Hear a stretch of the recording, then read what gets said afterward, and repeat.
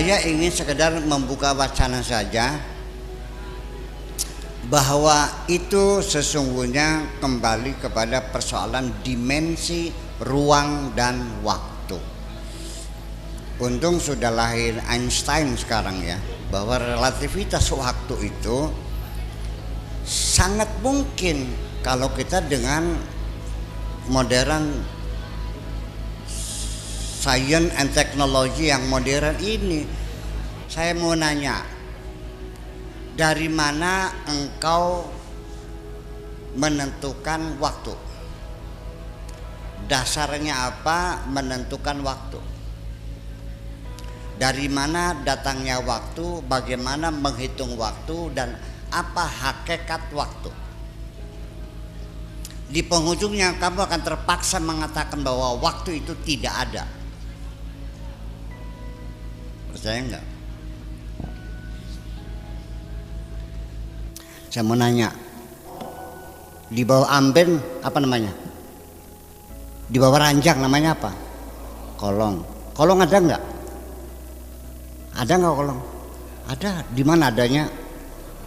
Di bawah ranjang. Kalau ranjangnya dia ambil, kolongnya kemana perginya? Jadi kolong itu ada karena ada amben, ada waktu karena ada langit, ada bumi. Ketika nggak ada, udah nggak usah nunggu, tidak ada lah.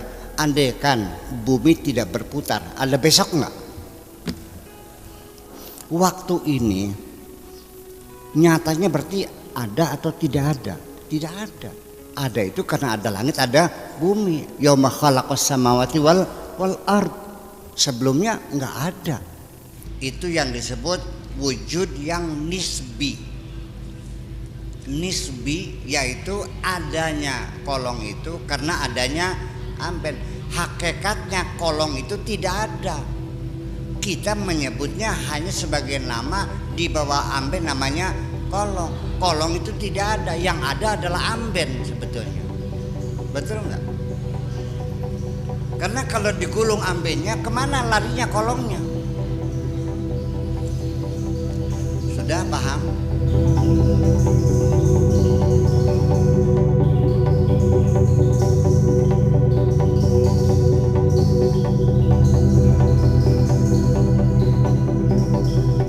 Oke, ini kita masuk relativitas waktu.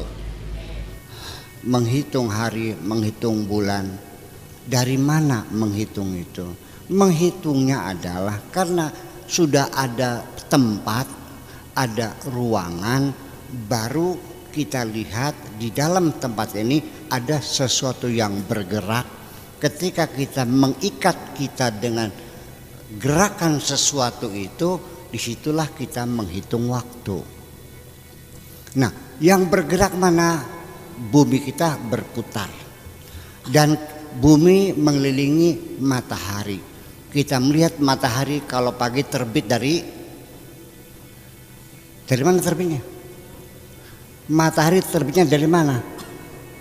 Tenggelamnya kemana? Barat. Sekarang saya mau nanya, ketika bumi ini tidak berputar, ada besok enggak? Ada kemarin enggak? Dan dimensi waktu itu hanya satu arah, dari belakang meluncur ke depan. Berbeda dengan ruangan, itu panjang, lebar, dan tinggi. Itu bedanya. Oke. Nah, kalau kita melihatnya ke matahari, itu namanya tahun Syamsiyah atau Miladiyah atau tahun Masehi. Betul. Kalau kita melihatnya bulan, nanti bulat purnama, nanti growok lagi, ya kan, sabit, nanti hilang lagi, nanti keluar lagi. Itu namanya bulan qamariyah. Hijriyah. Wal qamara qaddarnahu manazila hatta 'ada kal urjunil qadim. Bulan itu berputar,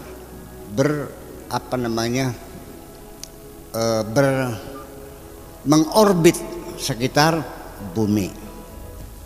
Orbit bulan itu adalah orbit sinkron artinya dia muter tapi hanya menampakkan satu wajah, mukanya saja, belakangnya nggak pernah kelihatan. Nah, ketika matahari dan bulan, bumi di tengah, maka ini namanya bulan purnama. Kalau sejajar dengan bumi, ini namanya bulan sabit. Betul enggak? Kalau bulannya di tengah antara bumi dan matahari, ini namanya gelap, enggak kelihatan. Kalau pas ada di garis lurus antara matahari dan bumi, ini namanya gerhana matahari. Seperti itu. Jadi satu hari itu di bumi sekali putar itu namanya satu hari. Satu kali putar satu hari. Oke. Jadi kalau dalam sebulan berapa kali bumi berputar? 30 hari dah. Betul? Nah, bulan berputar keliling bumi ini satu kali, buminya sudah 30 kali. Berarti apabila bapak-bapak lahir di bulan yang sebelah sini lahirnya di bumi, tahu bedanya? Kalau yang lahir di bulan umurnya setahun, yang lahir di bumi umurnya sudah 30 tahun. Bisa membayangkan? Nah, kalau kamunya tinggalnya di planet lain, di Jupiter, di Saturnus, di Uranus, Neptunus, bayangkan. Mungkin sininya sudah 1000 tahun, kitanya baru satu tahun. Kalau kita ngitungnya dengan bulan Komariah, itu satu bulan itu 29 atau 30 hari. Kalau ngitungnya dengan matahari itu satu bulan 30 atau 31. Karena bulan ini posisinya dekat dengan matahari, ya dengan bumi, sedangkan matahari lebih jauh, maka terjadi selisihnya itu 11 hari per tahun. Jadi waktu itu ditentukan di mana kita berada dan mengukurnya dengan benda mana yang bergerak itu.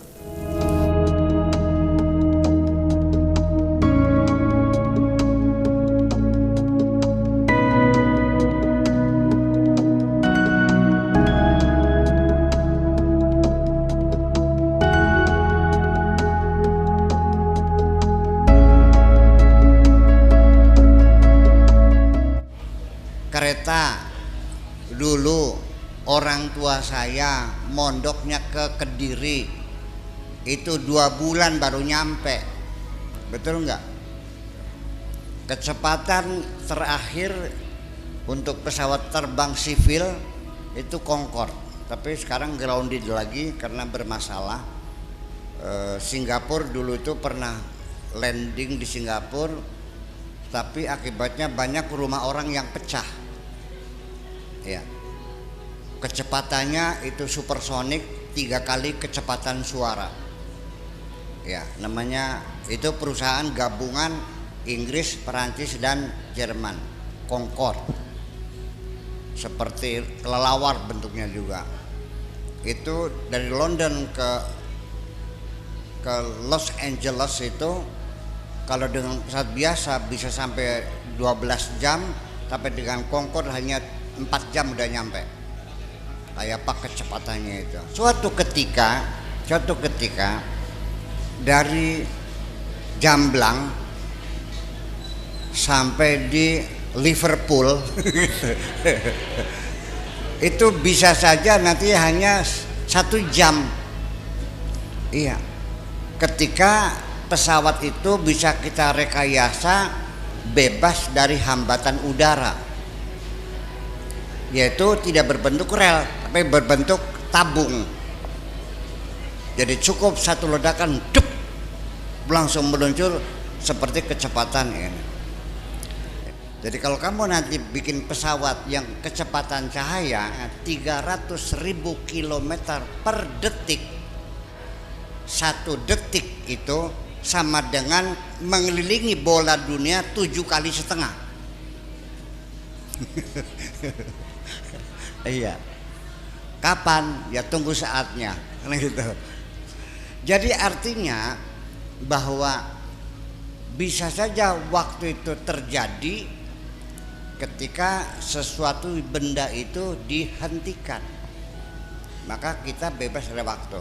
Nah, ketika kamu nanti bisa bikin kendaraan yang kecepatannya 300.000 km per detik, berarti kita sudah keluar dari dimensi waktu yang tradisional.